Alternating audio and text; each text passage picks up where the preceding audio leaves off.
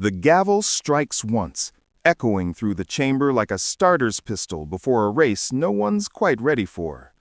A hush falls. All eyes turn toward Judge Reggie Walton, a man known for restraint, now leaning slightly forward as if the weight of the moment has demanded his full presence.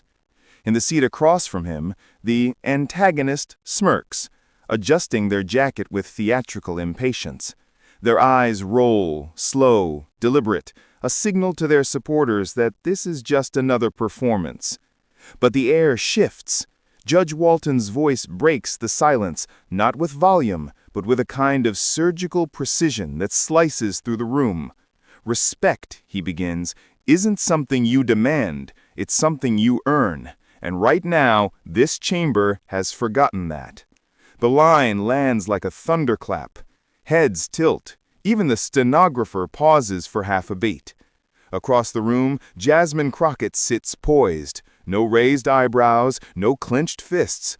Her stillness is its own power, a quiet storm gathering behind her calm expression. Cameras flash. Somewhere in the back, a reporter mutters, "He actually said it." Outside the building, headlines begin to ripple through the digital bloodstream. "Judge Walton breaks his silence," one tweet declares, the words accompanied by a looping video of the exact moment his gaze fixes on the smirking figure. Another headline spreads on Instagram. Crockett's response goes viral, though she hasn't spoken yet. The moment alone has lit the match. The villain shifts in their seat, their earlier bravado shrinking under the weight of sudden public scrutiny. They glance sideways at Crockett, as if searching for a reaction. There is none. She remains steady, measured. The contrast is stark. Arrogance flickering against unwavering grace. Social media reacts like a live wire. Hashtags emerge in real time. Memes are born before the hearing has even adjourned.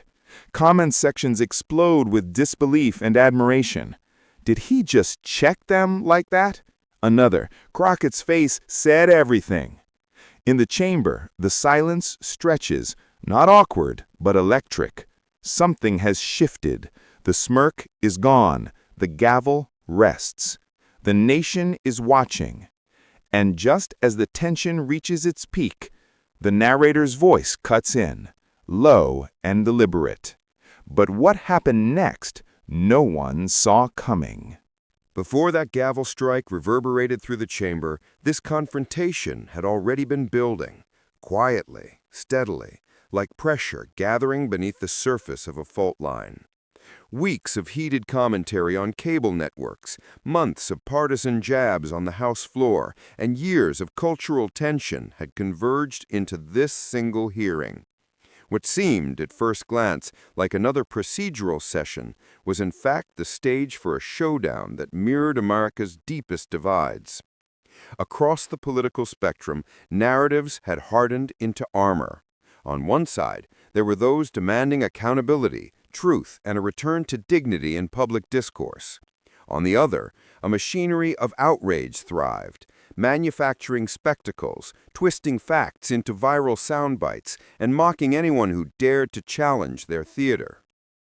By the time Judge Walton leaned into his microphone, the lines were already drawn.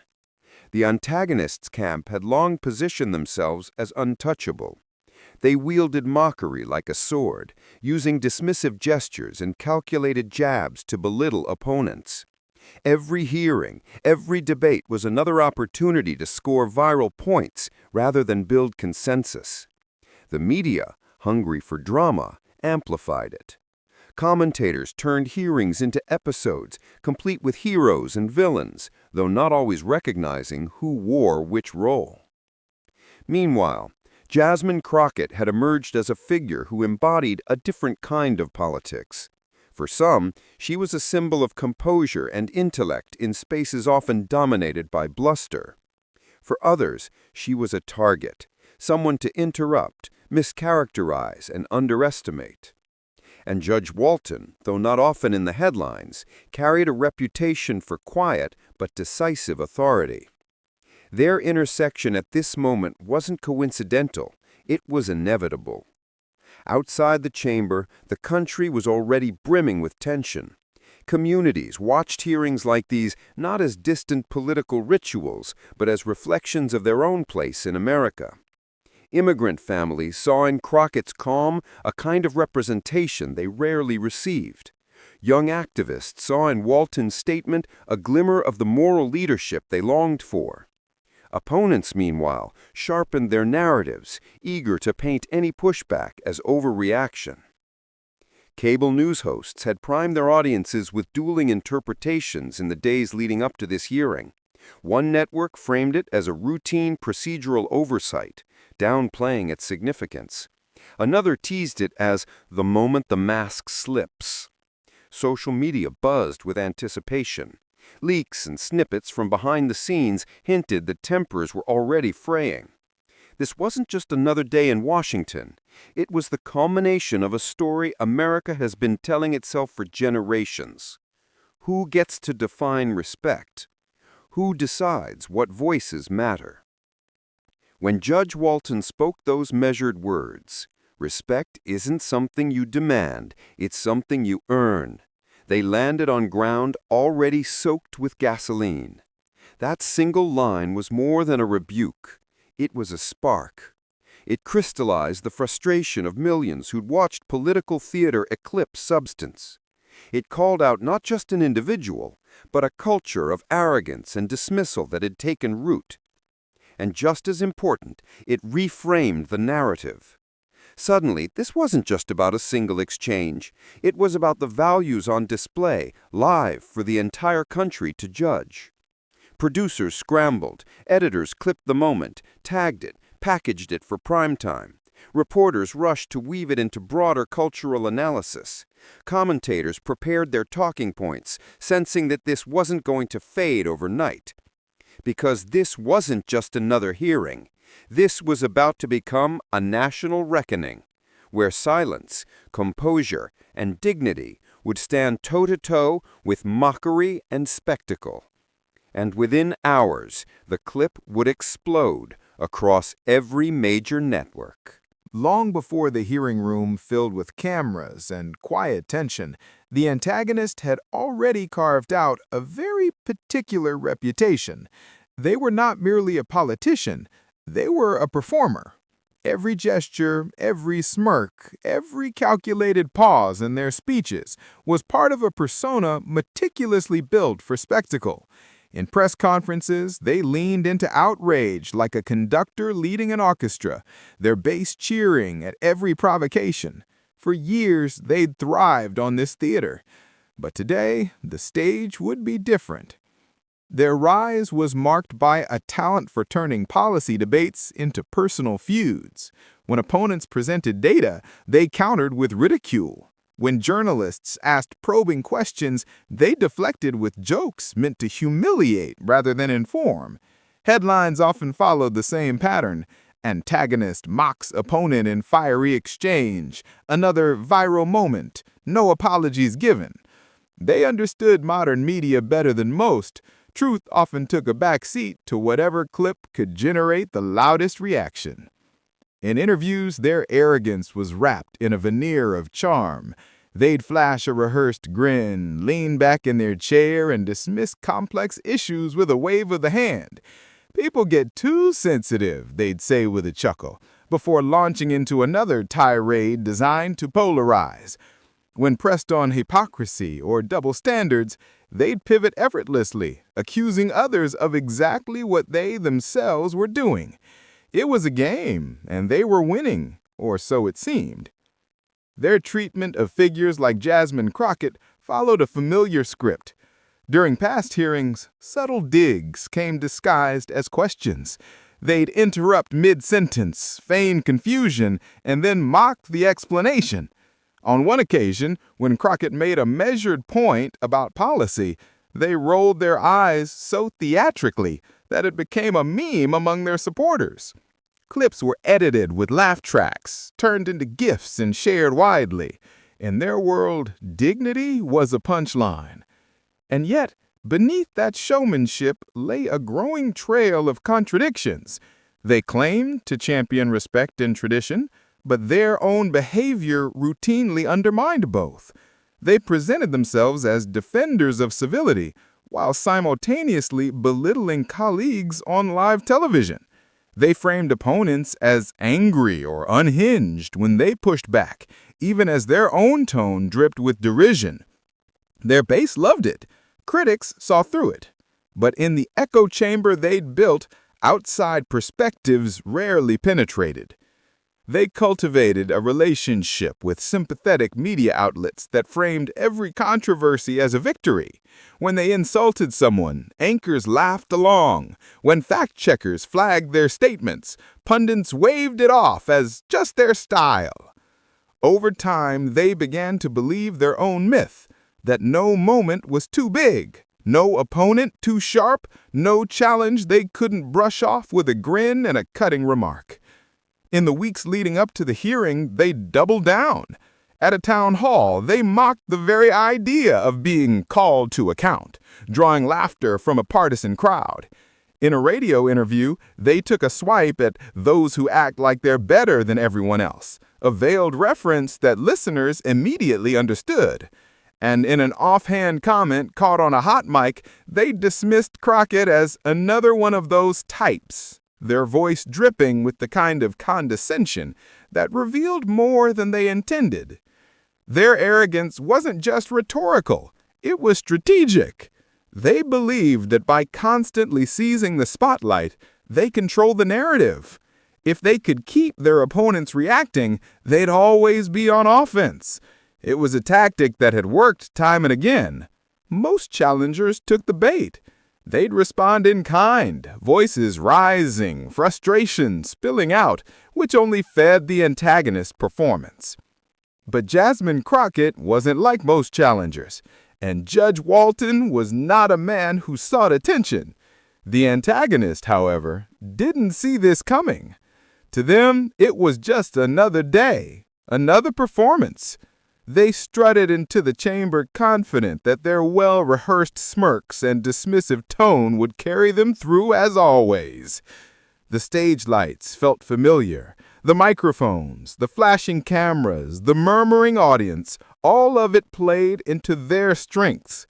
As they leaned back in their chair that morning, a faint grin crossed their face. In their mind, the outcome was already written.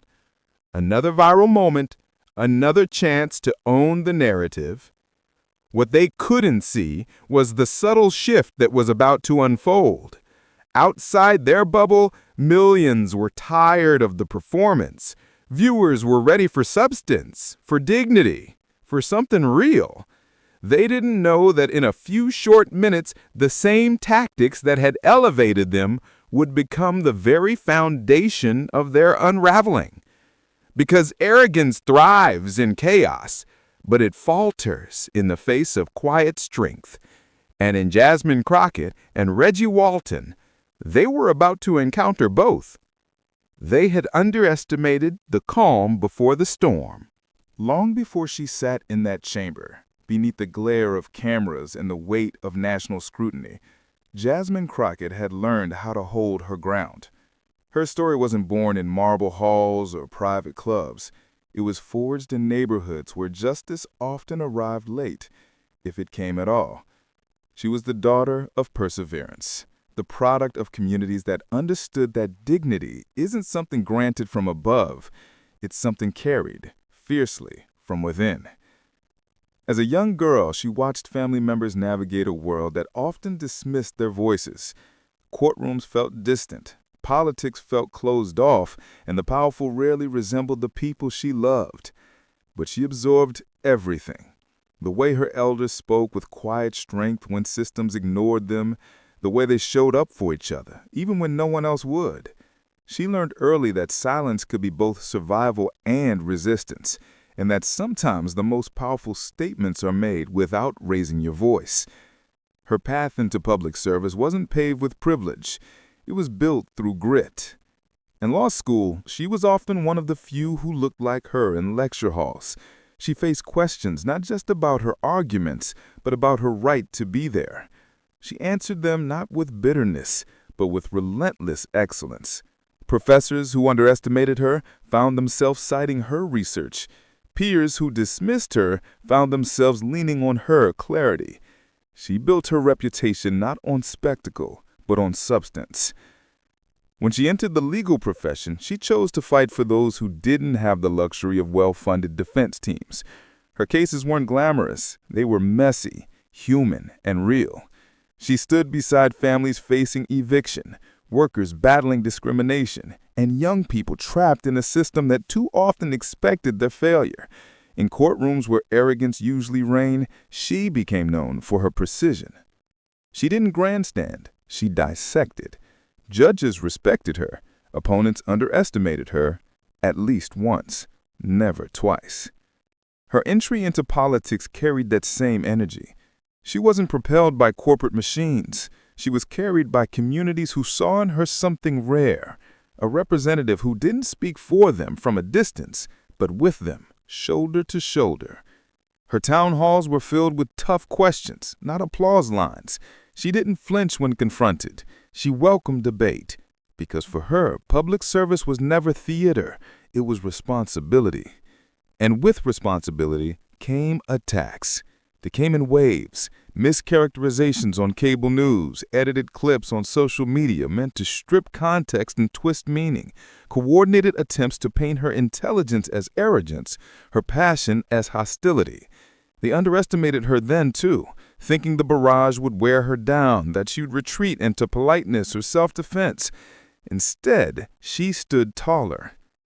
When opponents tried to bait her with interruptions, she countered with facts delivered at a steady cadence.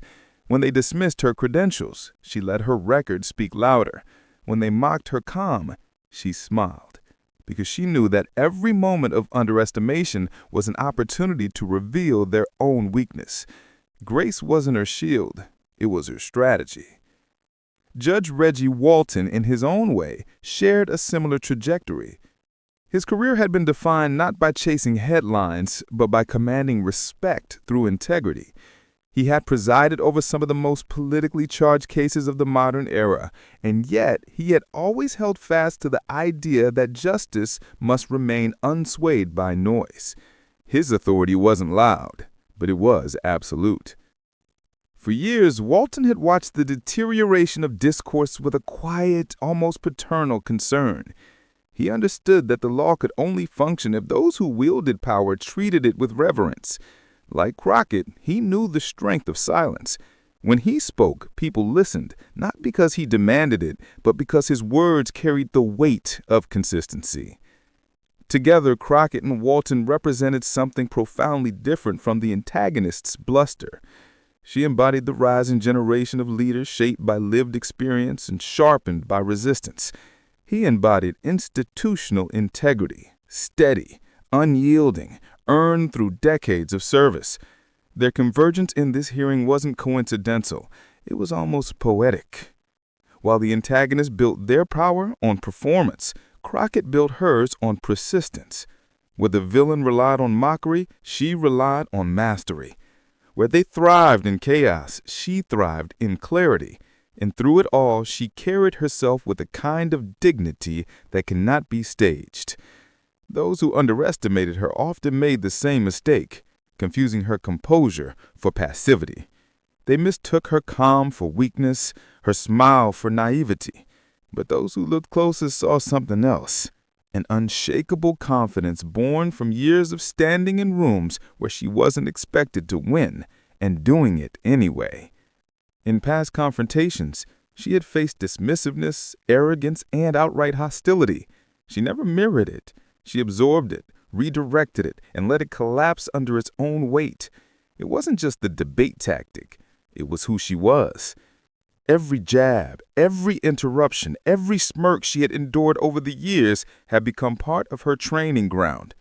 And so when the antagonists rolled their eyes across the chamber that day, when they leaned back as if the outcome was already decided, they didn't see a politician bracing for a fight. They saw a woman who had been here before. She'd been underestimated before. And every time, she rose higher. This time would be no different. But the scale, this stage, was bigger than ever. What she was about to do wouldn't just defend her dignity. It would expose an entire culture of arrogance for what it truly was. The storm was coming. She was ready. The air inside the chamber thickened with anticipation. Cameras hovered like silent vultures, capturing every flicker of expression. On one side, the antagonist leaned back with practiced ease, fingers drumming the table like a drummer before a solo. On the other, Jasmine Crockett sat upright, pen in hand, calm and unmoving. Judge Walton presided above them, his face a portrait of measured patience. The clash everyone had sensed was coming had finally arrived. The antagonist struck first. "Well," they began, their voice dripping with sarcasm, "I guess we are about to hear another lecture about values." A smattering of forced chuckles echoed from their allies. It wasn't what they said, it was how they said it. The pause between another and lecture, the upward curl of their lip, the way they leaned toward the microphone as if daring her to respond. Crockett didn't flinch. She kept her gaze steady, waiting. Her silence wasn't submission, it was a signal.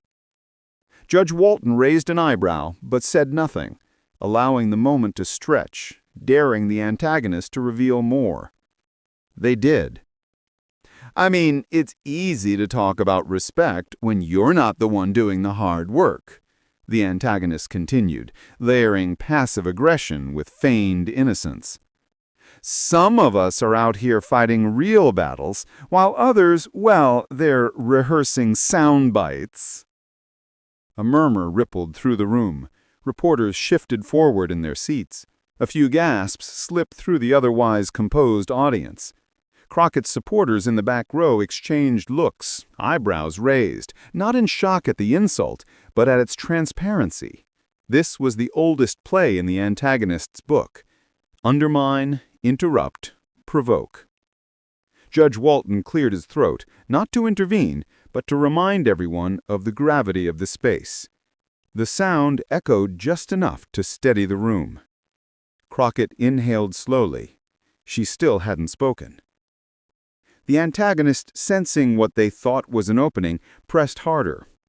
"It's funny," they said, leaning closer to their mic, "how some people act like they're above the process, always so calm, so holier-than-thou. Maybe if they spent less time posing and more time working."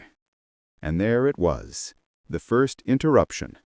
Crockett began to speak, only to be cut off mid-sentence. "Excuse me, but—" "Excuse who? I'm not finished," the antagonist snapped, pointing a finger dramatically, their voice rising. Gasps, real ones this time. The abruptness sliced through the formal atmosphere like a knife. A few heads turned sharply toward the antagonist, surprised at the open display of disrespect. Even some of their allies shifted uncomfortably in their seats. Judge Walton's eyes narrowed. He didn't need to raise his voice. His silence alone was an indictment. Crockett waited, letting the interruption hang in the air, refusing to give it power. The antagonist leaned back again, feigning composure. "As I was saying," they continued with mock politeness, "some people think grace means superiority, but the rest of us live in the real world." The jab landed, not because it was clever, but because it was deliberately provocative. It was a dog whistle wrapped in civility, a coded attack meant to belittle without saying the quiet part out loud. And everyone in the room knew it. Public tension spiked. You could see it in the micro-expressions, a clenched jaw here, a furrowed brow there, the tightening of hands on notepads. Cameras zoomed in on Crockett's face, searching for the crack that never came. She met the antagonist's gaze with quiet steadiness, neither retreating nor reacting. It wasn't defiance. It was dominance without spectacle. Judge Walton finally interjected, his voice level but firm. "Let's maintain order," he said. It wasn't a request. It was a warning. The antagonist gave a thin smile. "Of course, Your Honor," they replied, although the mock respect was unmistakable. They believed they still controlled the rhythm of the exchange. But Crockett had been here before. She knew this rhythm. She'd studied it, absorbed it, and learned how to turn it back on itself. She leaned forward slightly, preparing to speak, not rushed, not rattled, just ready. The chamber quieted. Even the antagonist, momentarily unsettled by her composure, paused. And then the moment came when silence became power. The chamber held its breath. Every eye was fixed on Jasmine Crockett, and for the first time the antagonist seemed caught off guard, not by volume, not by theatrics, but by the quiet precision radiating from her. She leaned slightly forward, her hands resting lightly on the table, and began to speak. There was no heat in her tone, no rising pitch, no flailing gestures. Every word was deliberate, chosen with surgical accuracy, meant to dismantle without drama, to cut without spectacle. "This isn't about me," she began, her voice steady, resonant. "It's not about headlines, or who gets applause, or who can shout the loudest. This is about dignity, about respect, about the standards we set for ourselves and for those who come after us. And when those standards are ignored, it isn't a failure of one person, it is a failure of us all." A faint murmur ran through the chamber, more like a ripple than a wave, as if the words themselves were reframing the air. The antagonists shifted in their seat, papers rattling in their hands. Their earlier smugness wavered, the grin faltered. For the first time it was clear they were unsteady. Judge Walton leaned forward, his presence grounding the room. He didn't need to embellish Crockett's point. He fortified it with authority, fact, and integrity. "In every case I have presided over," he said, voice measured, "the law has demanded clarity, evidence, and integrity. Those who act out of arrogance or impulse weaken not only their argument, but the very institution we are entrusted to uphold. What we witness here is not merely rhetoric, it is a reflection of character, and character endures beyond the fleeting applause of the crowd." Crockett nodded subtly at Walton's interjection, her calm magnified, almost cinematic in its effect, like a still frame amid chaos. Cameras clicked in rapid succession, flashes punctuating the intensity. Each frame captured a contrast, the antagonist's tremor, Crockett's steadiness, Walton's quiet authority. The antagonist attempted a rebuttal, a stammering attempt to reclaim the floor. Their voice faltered. They shuffled papers, but the words fell flat, clipped, unable to reach the room the way they had before. Their eyes darted sideways, scanning the room, searching for allies or an escape route. The audience felt it too. The previously invisible tension had thickened into something palpable, almost suffocating. Crockett pressed on, each sentence measured like a scalpel. "You have tried to define this exchange on your terms," she said, her tone calm but firm. "Interruptions, smirks, sarcasm, they are the language of avoidance, and we have all seen it before. We have all heard it before. But respect cannot be performed, it cannot be faked, and it certainly cannot be demanded." Her words landed, echoed, and then reverberated again. Someone gasped audibly in the audience. A journalist tilted their head, mouth open, unable to hide the shock. Across social media, imagined tweets began flashing like a live montage. Crockett dismantling them with facts and grace. "Shh, respect matters. This isn't even a debate anymore. It's a masterclass in composure." Clup. "Judge Walton just backed her up with the law." Boom. "Dignity wins." The antagonist's composure crumbled further. Papers slipped from their hands. They clutched the edges of the table like a lifeline. Eyes darted. A half-smile that once suggested control now flickered into confusion. Their theater they had relied on, the sarcasm, the interruptions, the staged bravado, was stripped bare. Here, in the quiet precision of Crockett's dismantling, it was powerless. Crockett's next line landed with the weight of inevitability. This moment is bigger than any of us. It's about how we treat each other when the cameras are rolling, when the headlines are written, when history is watching. Because one day, someone will look back on this and judge us, not for our volume, not for our theatrics, but for the choices we made in moments like these. Close-ups caught Judge Walton's eyes, steady and unwavering, scanning the room as if measuring the moral temperature. Crockett paused, allowing the room to digest. The antagonist opened their mouth, tried again, but words faltered, sputtered, and disappeared into the thick tension Crockett had woven around them. The silence amplified every click of the cameras, every whisper in the back rows. Social media exploded in the imagined montage, GIFs looping. Crockett's calm smile, the antagonist's shifting eyes, Walton's measured nod. News headlines blinked across screens. Crockett turns hearing into lesson on respect. Walton and Crockett expose arrogance live on air. Moment of grace leaves nation stunned. Each new post compounded the pressure. The antagonist's strategies, mockery, interruption, performance, collapsed under scrutiny. Their carefully curated narrative fell apart in real time. And yet, Crockett never raised her voice. She didn't need to. Every syllable, every pause was deliberate. Every gesture, minimal, controlled, amplified the power of restraint over chaos. Then came the line that would reverberate beyond the chamber, beyond the clips, beyond the headlines.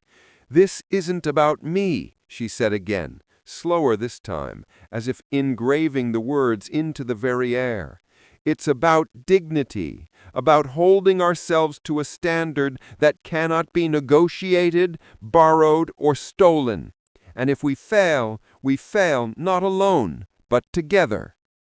The audience reacted instinctively. Some clutched their notebooks, others leaned forward. Phones rose, capturing the moment, their screens glowing with the awareness that they were witnessing history in microcosm. The antagonists' attempt to interrupt were met with patient silence, a silence that weighed more heavily than any shout, any insult, any theatrical gesture. Judge Walton's final interjection underscored the truth Crockett had just delivered. "Integrity is the bedrock of trust," he said, voice low but resonant. "It is the measure by which we must all be held, and those who forget that will find the world will not forgive or forget so easily." Crockett offered a subtle nod of acknowledgement. The chamber exhaled as if released from tension held too long.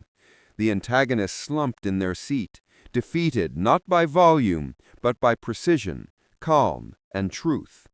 They had miscalculated entirely. Outside the chamber, in the imagined landscape of social media and public opinion, the effect was instantaneous. Tweets multiplied, memes circulated, commentators scrambled to contextualize what had just happened. One imagined headline scrolled across a phone screen. "Jasmine Crockett and Judge Walton just set a new standard for public discourse." Another, "Arrogance meets its match, the hearing everyone will remember." Each share, each post, each clip amplified the moment, creating a wave that no performance could counter. The antagonist tried to rally, tried to regain control of the narrative, but the room no longer belonged to them. The energy had shifted irrevocably towards composure, dignity, and undeniable authority. The scales of perception had tipped, and the audience, both in the chamber and across the nation, felt it. By the time they left the room, the world outside was already on fire. The gavel had long fallen, the hearing adjourned, but the moment refused to stay confined within the walls of the chamber. Within seconds, the clip of Jasmine Crockett's calm, surgical dismantling of the antagonist began to circulate. On Twitter, hashtags ignited like wildfire. Hashtag Grace Under Fire. Hashtag Walton Moment. Hashtag Crockett Wins Respect. Every scroll revealed a new take, a new reaction, a new ripple spreading outward from the chamber where history had just quietly shifted. Newsrooms across the country scrambled to cover the exchange. Editors leaned forward over glowing monitors, pulling transcripts, piecing together every inflection, every pause, every look caught by the cameras. Cable networks cut from routine programming to clips of Crockett and Walton, analysts attempting to parse the composure, the precision, the moral authority on display. "This isn't just a political moment," one anchor said, voice rising with incredulity. "This is a masterclass in restraint and dignity." Headlines blinked across websites, some factual, some breathless. Jasmine Crockett shows the power of calm in chaotic politics. Judge Walton and Crockett expose arrogance live on national stage. Moment of grace leaves nation stunned. The cultural ripple didn't stop with journalists. Celebrities with millions of followers tweeted their admiration, overlaying clips with captions, "Finally, leadership that doesn't need to yell to be heard." Influencers turned the exchanges into shareable micro-lessons in composure, dissecting the line, "This isn't about me, it's about dignity." Video compilations spliced Walton's measured authority with Crockett's quiet brilliance, juxtaposed against the antagonist's faltering gestures. The montage went viral, looping over and over, reinforcing a narrative that was impossible to ignore. Politicians, even those on the opposing side, couldn't escape the resonance. Some shifted uncomfortably in interviews, forced to acknowledge that theatrics alone could no longer dominate discourse. One rival, caught off guard by the clip's traction, fumbled through a statement that tried to frame the moment as a routine exchange. But the sincerity was thin, the words brittle. They had learned too late that the public could smell performance, and that authenticity, grace under pressure, carried far more weight than any scripted jab. Across social media, the imagined dashboard glowed with real-time reactions, tweets piling on every second, retweets doubling, likes exploding into the millions. Users recounted the tension in the chamber with awe. "Did you see her pause before speaking? That pause? Everything changed," one wrote. Another, "Walton's stare alone shut them down. Lesson for all of us, composure greater than chaos." Even memes began to circulate, not mocking, but celebratory, highlighting Crockett's calm against the antagonist's faltering gestures. The narrative was clear. Dignity had triumphed. Public forums, podcasts, and digital roundtables lit up with debate. People weren't just analyzing the tactics, they were reflecting on the cultural moment it represented. Crockett had done more than counter a single figure. She had exposed a pattern, a recurring strain of arrogance in public life. Walton had underscored it with law and reason, reminding viewers that authority could exist without performance. The combination was electric, emotionally resonant, and impossible to ignore. Even journalists noted the cross-generational impact. Younger audiences, long accustomed to viral clips of shouting and spectacle, were captivated by the quiet power of restraint. Older viewers, fatigued by relentless partisan conflict, saw a return to principle, to the idea that truth and composure could, in fact, prevail. Conversations in classrooms, offices, and living rooms shifted. People were quoting lines, replaying gestures, analyzing pauses. Crockett and Walton had given the nation something rare, a shared experience of dignity rising over discord. As social validation mounted, the antagonist's camp grew uneasy. clips of their faltering, once confident gestures, replayed endlessly. Every shared video, every GIF, every headline highlighted the disparity between arrogance and calm, performance and authenticity. It became impossible for their supporters to maintain the same narrative without contradiction. The moment had moved beyond the chamber. It had entered the cultural consciousness. By nightfall, the montage of reactions, newsrooms, social media dashboards, reaction clips, quotes, created a cinematic tableau of public engagement. The nation had witnessed more than a political rebuke. It was a lesson, a spectacle of moral authority, and a viral demonstration of restraint that captivated hearts across ideological lines. The momentum was undeniable, unstoppable, and emotionally gripping. And yet, as widespread as the reactions were, as viral as the clips had become, there remained an unspoken tension. Viewers and analysts alike sensed that the most consequential reverberations had not yet played out. The narrative had shifted, the public discourse reframed, and the antagonist exposed. But the true extent of the impact was still unfolding, waiting just beyond the headlines. Because even as hashtags trended, news anchors marveled, and social media erupted in awe and admiration, there was a quiet, simmering awareness that the cultural reckoning Crockett and Walton had sparked was far from complete. The consequences, the ripple effects, the societal mirror reflecting back on arrogance and dignity, those were still emerging, still growing, and still waiting to hit full force. But the most powerful moment was still to come. The chamber had emptied, the lights dimmed. The gavel, once a herald of tension, now rested silently. And yet, the impact of what had just transpired refused to fade. Jasmine Crockett and Judge Reggie Walton had done more than win a hearing. They had reframed an entire conversation about power, respect, and leadership. Their words, calm yet unyielding, echoed far beyond the room, beyond cameras, beyond social media. They resonated in homes, classrooms, offices, and communities across the nation. It was a lesson in contrasts. Arrogance had screamed, relying on interruption, sarcasm, and performative bravado.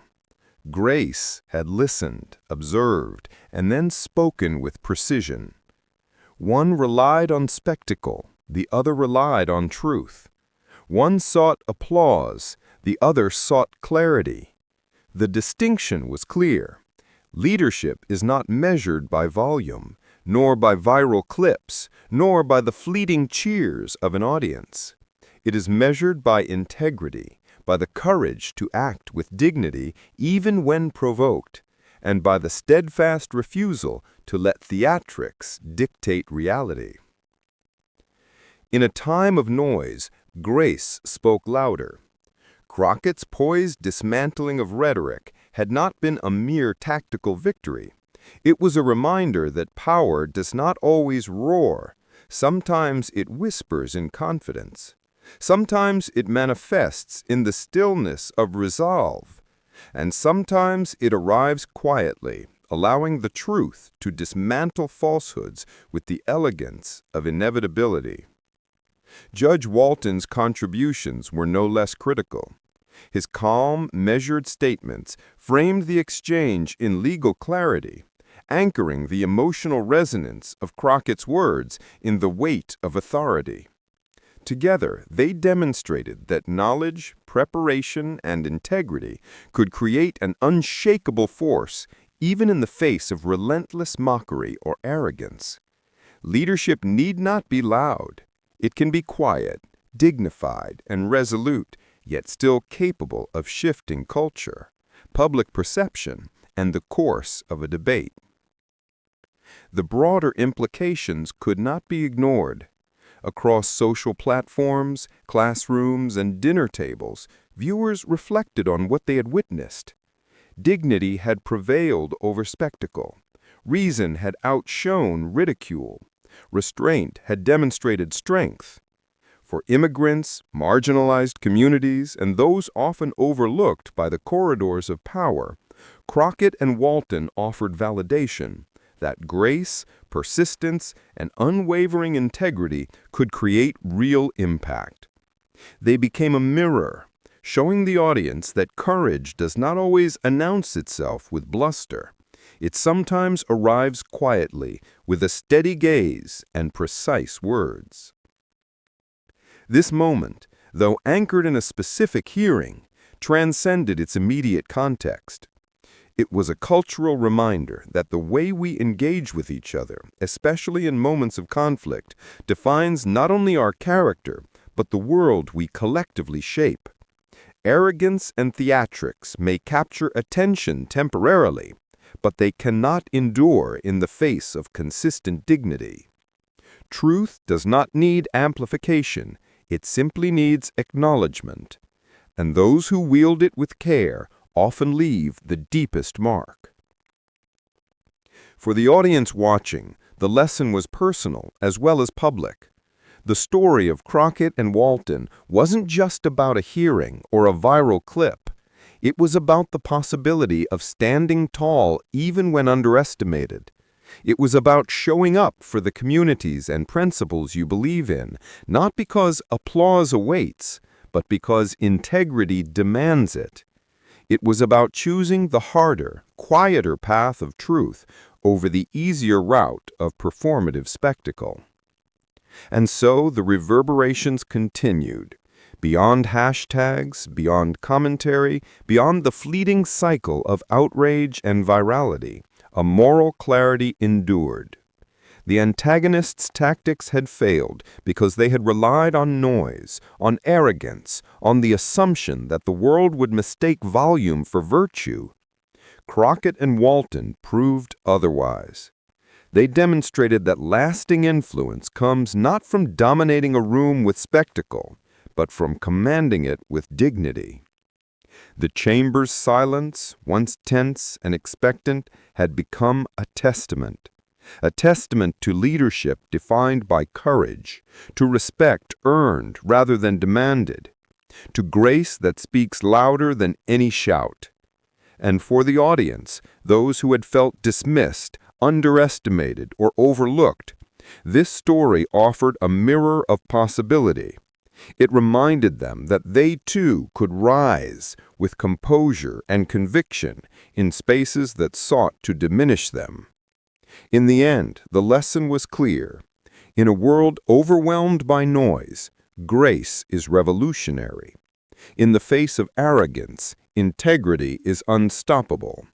In moments that test our character, restraint is the ultimate power. And when history calls, those who act with courage, clarity, and dignity leave footprints far deeper than any performative gesture could ever achieve. Judge Reggie Walton highlighted Jasmine Crockett's grace. And in that moment, the nation took notice. The hearing wasn't just a clash of personalities. It became a testament to what happens when dignity meets arrogance, when truth confronts spectacle. Crockett's composure, Walton's authority, and the stark contrast with the antagonist's performative tactics left an indelible mark. Respect had won. Integrity had prevailed. And for anyone watching, the lesson was unmistakable. Courage and calm can move mountains, even in the loudest rooms. This isn't a story confined to one hearing or one viral clip. It's a reminder that in every space, whether politics, work, or daily life, grace under pressure is powerful. When you choose to act with integrity, when you rise above provocation, you change the narrative. You inspire others. You create ripple effects that extend far beyond the moment itself. And that is exactly what Crockett and Walton accomplished. Now it's your turn to be part of that movement. Share this story. Discuss it with friends, family, and colleagues. Let it spark conversations about the kind of leadership we need and the kind of culture we want to build. Subscribe to stay connected, stay informed, and stay inspired by stories where truth and dignity triumph over noise and arrogance. Because the world needs more calm voices willing to stand firm, more individuals willing to model integrity in every interaction, more moments where grace isn't just a reaction, it's a choice. And remember, because sometimes one calm voice can change the entire room.